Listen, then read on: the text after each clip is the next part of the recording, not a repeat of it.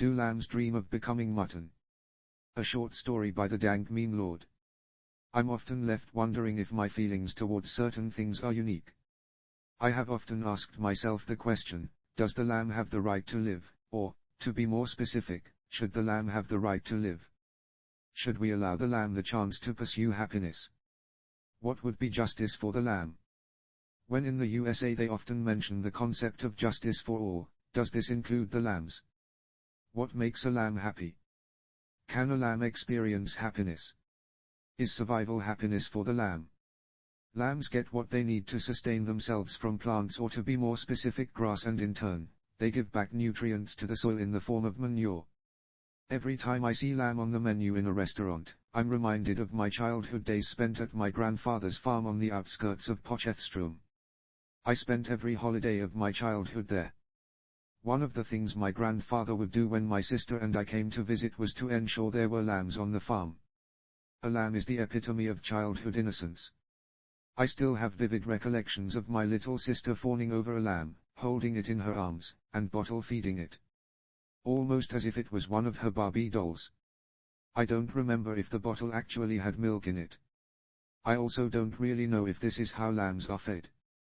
When I see lamb on a menu, I cannot help but imagine my little sister putting down the lamb and the bottle, getting up from her chair, putting a knife in my hand, and asking me, "Do you want to slit its throat or should I?" Lamb becomes mutton when it reaches the age of 2 years. Most lambs are slaughtered between the ages of 12 and 18 months. Not much of a life then. Does the lamb have to be slaughtered for our survival? No. We don't need to consume any meat to survive. We choose to consume the flesh of other animals, but ultimately it is not something we require for survival. In some academic circles, you will hear people talk about humans being the highest evolved animal, but no animal consumes food for pleasure. The lion may consume the meat of the gazelle, but it does so to survive, not for pleasure. Nature does not concern itself with questions of what should be. That is the privilege, and hell, of highly evolved animals. Nature only knows of what is. Maybe asking about the moral implications of creatures that are not capable of moral thought is pointless.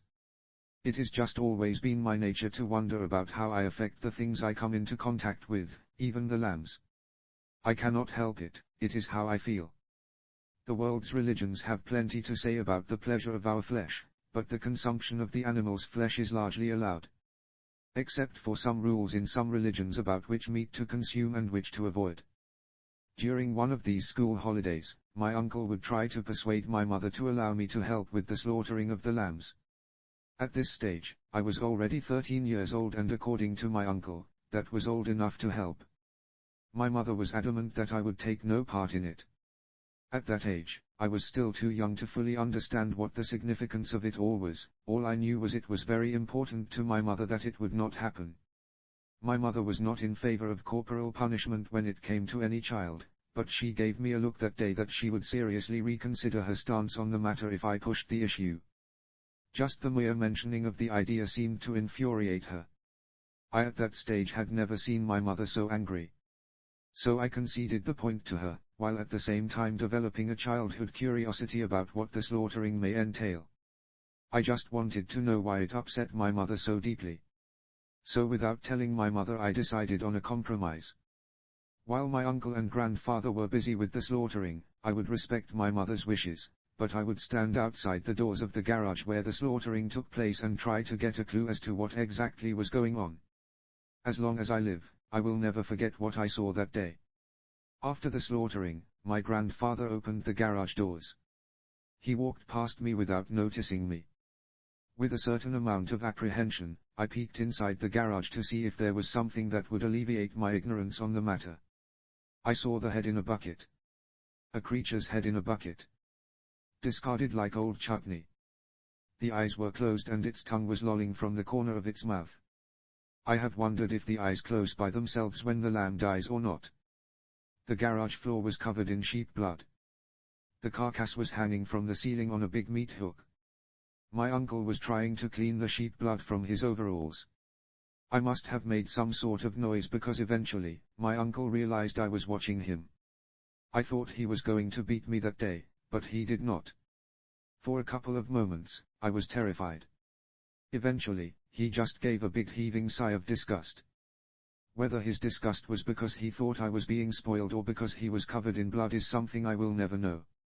My uncle was not a bad person. Was he as disgusted at the situation as I was? I don't know. Maybe he would have preferred not to be a part of any slaughtering. Maybe his attitude towards the matter was as much a product of his upbringing as my feelings were of mine. I can't really say.